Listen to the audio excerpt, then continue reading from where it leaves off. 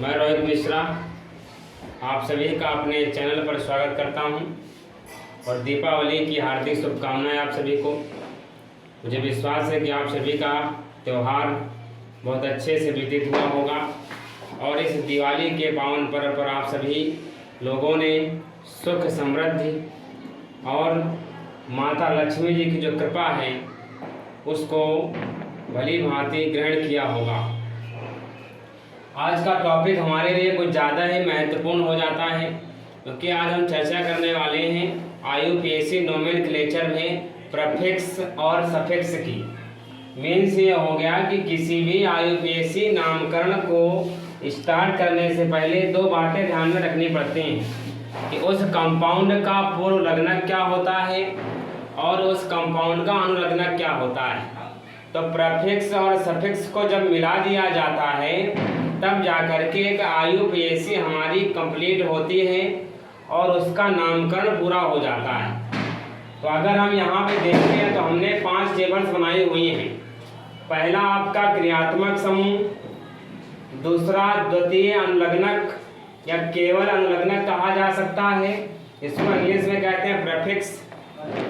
पूर्व लग्नक मीन्स हो गया सफिक्स और इसके पश्चात उस यौगिक का नाम, तत्पश्चात IUPAC नाम, स्ट्रक्चर, इसके बाद IUPAC नाम। 1 बाय 1 इसके बारे में डिस्कशन करेंगे। पहले यहाँ पे क्रियात्मक समूहों के बारे में चर्चा कर लेते हैं। यहाँ पे लिखा हुआ है सिंगल बॉन्ड COOH। अब COOH अगर कहीं आपको दिख जाता है इसको पढ़ा जाता है कार्बोक्सिल ग्रुप, यानी कि कार्बोक्सिलिक समूह वसा अम्ल के नाम से इसको जानते हैं। नेक्स्ट कॉन्सेप्ट क्या है, द्वितीयक अनुलग्नक कहा जाता है इसको। इसका जो पहला नामकरण की जब शुरुआत कर रहे हैं आप लोग तो इसको किससे स्टार्ट करेंगे, द्वितीय अनुलग्नक, इसको प्रीफिक्स भी कहा जाता है। तो COOH को जब प्रीफिक्स नेम में लिखेंगे, अनुलग्नक के रूप में आप संबोधित करेंगे तो इसको लिखा जाएगा ओइक अम्ल, यानी कि ओइक एसिड कहा जाता है। अगर किसी कंपाउंड में ये पूर्व लग्नक की तरह यूज किया जा रहा है, उसमें 2 या 2 से ज़्यादा ग्रुप लगे हुए हैं, लेकिन COOH भी लगा हुआ है, तो वहाँ इसको हम लोग पूर्व लग्नक में कार्बोक्सी लिखेंगे। इसके पश्चात इस सिंगल बॉन्ड जहाँ जहाँ मैंने लगाया हुआ है, सिंगल बॉन्ड के इधर साइड CH3 लगा होता है। तो सिंगल बॉन्ड के इधर क्या लगा हुआ है, CH3, तो दोनों को जोड़ दिया गया, CH3COOH बन गया। इसको हम लोग पढ़ते एथेनोइक अम्ल। 2 कार्बन में मेथेन, हमने कहा इसका अनुलग्नक क्या होता है, ओइक अम्ल। तो अनुलग्नक यानी प्रीफिक्स को मिला करके एक IUPAC कंप्लीट होती है हमारी।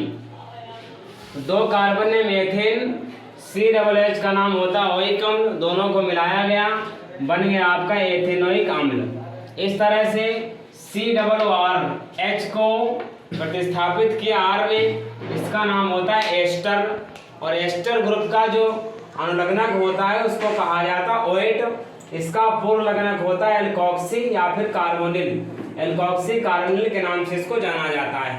नेक्स्ट क्या है, CH3 COOH, COO इधर CH3, R की जगह क्या लिखा हमने CH3, क्योंकि R एक एल्किल होता है और एल्किल के जो प्रतिस्थापी होते हैं CH3 methyl, ethyl, propyl, butyl, उनको कहा जाएगा। तो हमने यहाँ CH3 लिख दिया है। अब टोटल कार्बन कितने हमारे पास, 1 2 3, CH3 मेथिल, 2 कार्बन में बचे, हमने इसको मेथिल लिखा, 2 कार्बन शेष बच रहे हैं। एथेन, इसका जो अनुलग्नक था वो क्या था, ओएट, तो ये होगा एथेनोएट। इस तरह से ये हमारा कंप्लीट होता है। नेक्स्ट क्या लिखा हुआ है, COX, X जानते हैं, X हैलोजन होता है। क्लोरीन, क्लोरीन, ब्रोमीन, आयोडीन यहाँ पे लिए जा सकते हैं। इसको पढ़ते हैं एसिड हाइलाइड। इसका जो अनुलग्नक होता है वो होता है ऑयल हाइलाइड और इसका पूर्व लग्नक होता है हाइलोफॉर्मिल। अब COX, X की जगह हमने रखा Cl और सिंगल बॉन्ड के आगे जोड़ दिया CH3, तो ये बना CH3CO, Cl बन गया। 2 कार्बन में एथेन, इसको पढ़ते हैं ऑयल क्लोराइड, दोनों को मिलाया तो एथेनॉइल क्लोराइड X होता, तो एथेनॉइल हाइलाइड हो जाता। F होता यहाँ पर तो एथेनॉइल फ्लोराइड हो जाता, Br होता तो एथेनॉइल ब्रोमाइड हो जाता, I होता तो एथेनॉइल आयोडाइड हो जाता। इस तरह से आगे बढ़ते हैं जरा। CONH2 का नाम क्या होता है? एमाइड, इसका अनुलग्नक एमाइड, इसका पूर्वलग्नक कार्बामोइल। हमने कहा सिंगल बॉन्ड के पहले CH3 लगेगा तो CH3CONH2 कंपाउंड बना। 2 कार्बन नेम होता है एथेन, इसका जो आपका पूर्वलग्नक है सॉरी अनुलग्नक उसको बोलते हैं एमाइड। तो एथेन प्लस एमाइड दोनों को मिला दिया, 2 कार्बन नेम एथेन, IUPAC में इसको लिखा जाएगा एमाइड, तो ये होगा एथेनामाइड। कुल मिला के अनुलग्नक आपको याद रखना है और टोटल कार्बन नेम याद रखना है। नेक्स्ट CN लिखा हुआ है, CN को क्या पढ़ते हैं? नाइट्राइल, इसका अनुलग्नक होता है नाइट्राइल, इसका पूर्वलग्नक साइनो होता है। सिंगल बॉन्ड के पहले लगाया CH3, ये CH3CN हो गया। अब जरा समझिए इसको, 2 कार्बन है इसमें, 2 कार्बन ने मेथेन। हमने कहा CN का ये जो CN है इसका जो अनुलग्नक होता है उसको पढ़ते हैं नाइट्राइल। तो एथेन 2 कार्बन ने मेथेन, CN को नाइट्राइल, तो ये होगा एथेन नाइट्राइल। इसको क्या पढ़ा जाएगा? एथेन नाइट्राइल के नाम से जानेंगे। अगला कॉन्सेप्ट क्या है? CHO। CHO भली भांति पता है आपको, CHO को कहा जाता है अल, यानी इसका अनुलग्नक क्या हो गया? प्रीफिक्स अल हो गया, सफिक्स होता है फॉर्मिल। अब सिंगल बॉन्ड के आगे लगाया CH3 तो CH3CHO, 2 कार्बन ने मेथेन, इसको लिखा जाता है अल, दोनों को मिलाया गया बन गया एथेनल। यहाँ तक की बात आपको क्लियर हो गई होगी। आगे बढ़ते हैं। CO ग्रुप लिखा हुआ है, CO को कहा जाएगा कीटोनिक, इसका अनुलग्नक ओन, इसको पढ़ते हैं हम लोग क्या? Oxo, CO own oxo, CH3 CO के इधर भी CH3 उधर भी CH3, टोटल कार्बन नेम कितने? 3 कार्बन नेम। प्रोपेन, और हमने कहा इसको क्या लिखा जाएगा? ओन, तो ये हो गया आपका प्रोपेनोन हो गया, क्योंकि 3 कार्बन नेम होता प्रोपेन, प्रोपेन में जोड़ा अनुलग्नक ओन तो बन गया प्रोपेनोन, जैसा कि आप लोग यहाँ पे देख पा रहे हैं। आगे बढ़े, OH भी आते हैं। OH को पढ़ा जाता है एल्कोहली समूह, एल्कोहल समूह है, सबको विदित है ये बात। इसको लिखेंगे अनुलग्नक में ऑल, पूर्वलग्नक इसका होता है हाइड्रोक्सी। OH सिंगल बॉन्ड से जोड़ा हमने CH3 तो बना CH3OH। Total number of carbon कितने हैं इसके पास? 1 कार्बन है, 1 कार्बन नेम एथेन, इसका जो आपका अनुलग्नक होता है वो होता है ऑल, तो methane plus all is equal to methanol. इसका मतलब ये हो गया कि टोटल कार्बन के नाम आपको 10 तक याद ही होने चाहिए।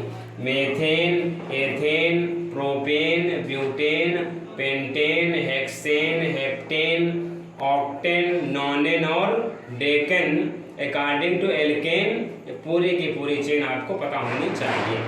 आगे बढ़ते हैं। NH2 समूह की बात कर लें, NH2 का जो साधारण नाम होता है वो एमिनो, हम एमिनो नाम से इसको पहचानते हैं।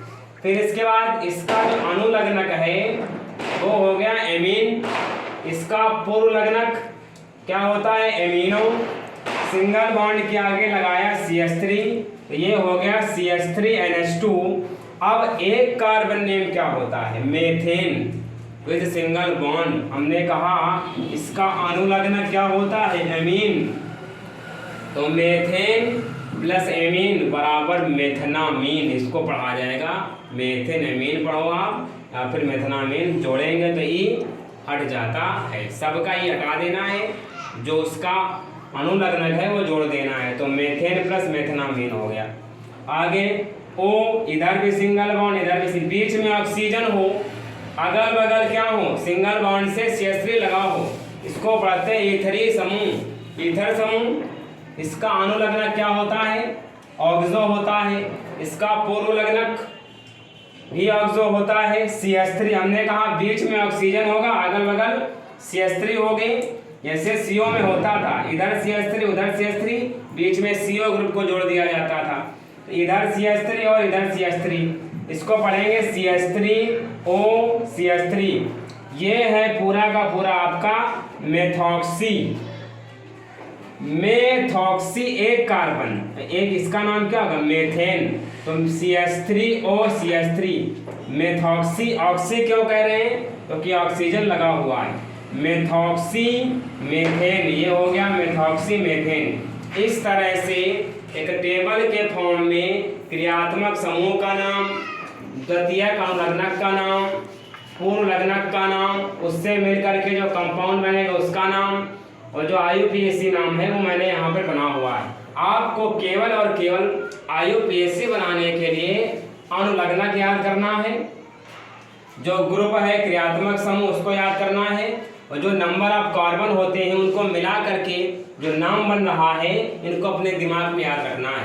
बार बार प्रैक्टिस करेंगे ये पूरी तरह से याद हो जाएगा। आशा करता हूँ आप सभी को समझ में आया होगा। अगर किसी प्रकार की कोई प्रॉब्लम्स आपको क्रिएट होती है तो चैनल में कमेंट के माध्यम से अवगत कराएं और ज़्यादा से ज़्यादा शेयर करें, लाइक करें। आपका जो सहयोग है वो हमेशा मेरे साथ बना हुआ है, और इसी अपेक्षा के साथ फिर से एक बढ़िया क्लास लेकर के मैं आपके सामने आऊँगा। इन्हीं शुभकामनाओं के साथ आपको पुनः हैप्पी दिवाली। आप ये त्यौहार अच्छे से मनाएं। बहुत बहुत धन्यवाद।